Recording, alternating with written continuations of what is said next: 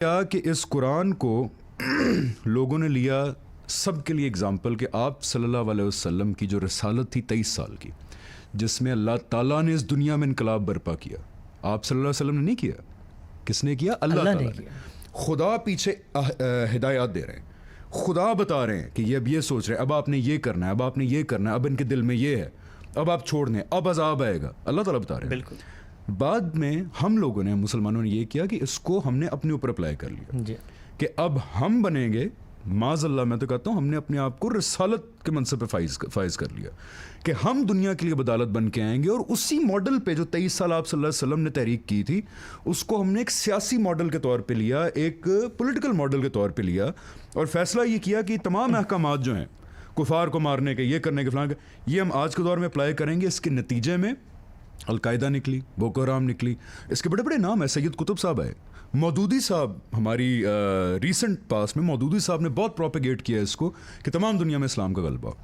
اس کے نتیجے میں یہ ساری تحریک برپا ہوتی ہے. مسلمان اس مائنڈ سیٹ میں جاتے ہیں کہ اب پیغام نہیں دینا، اب اٹس اس ورسز یو، اب سارے ادھر منظم ہو، سارے ادھر منظم ہو، اب ہم کیا کریں گے؟ ہم جنگ کریں گے، پھر امام مہدی آئیں گے، پوری دنیا میں خون خراب ہوگا.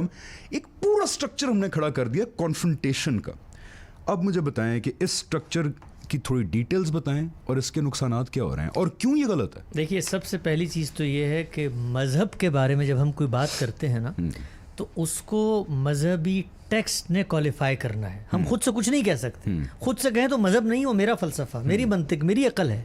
مذہب نے جو بات کہی تھی اس کی اورینٹیشن بالکل مختلف تھی. جس وقت آپ یہ اورینٹیشن لے کر جاتے ہیں تو اس سے جو مقصود ہے وہ کیا ہے؟ مذہب کا مقصود کیا تھا؟ تزکیہ، پیوریفیکیشن. قد افلح من زکاہا وقد خاب من دساہا. آپ کی جنت. قد افلح من تزکا، کہ وہ کامیاب ہو گیا جس نے اپنے آپ کو پیوریفائی کیا.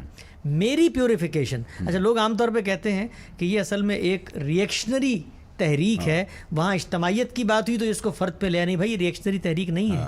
فرد کے مسائل اس سے زیادہ بڑے ہیں جو اجتماع کے مسائل.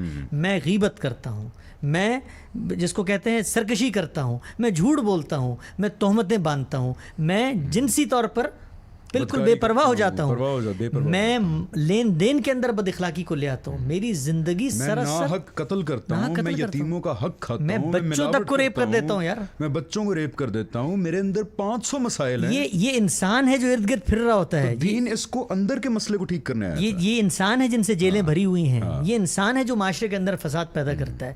اس انسان کو یہ بتانا کہ دیکھو تم نے ایک دن مرنا ہے اور خدا کے حضور پیش ہونا ہے، اپنا تزکیہ کرو، اپنی تطہیر کرو، اپنے آپ کو پاک کرو. اس کو آپ وہاں سے ہٹاتے ہیں.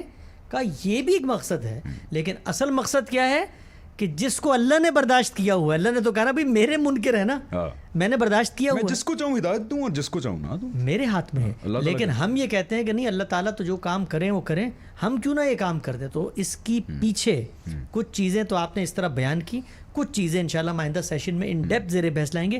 کچھ ایسے ٹیکسچول پرابلمز ہیں ڈیوائن گائیڈنس کے اندر، انڈرسٹینڈنگ کے پرابلم، یعنی آپ مذہب کی جو عبارتیں ہیں، نصوص ہیں، رسالت مآب صلی اللہ علیہ وسلم سے منسوب ارشادات ہیں، ان کو مس انٹرپریٹ کرتے ہیں. تو اس کا یہ نتیجہ نکلتا ہے کہ ہم آگے آئیں گے اس کی طرف نا، کہ جو احادیث کے ساتھ اس کو سمجھنے میں ایشو ہوا. تو اس کا نتیجہ کیا نکلا؟ نتیجہ یہ نکلا کہ آپ نکلے اور آپ نے نفاذ شریعت کا مطالبہ شروع کر دیا کہ خدا کی زمین پہ حکمرانی قائم ہوگی، سیاسی طور پہ، خدا کی زمین پہ خدا کا نظام خدا کے ماننے والوں کے ذریعے، میرے آپ کے ذریعے نہیں.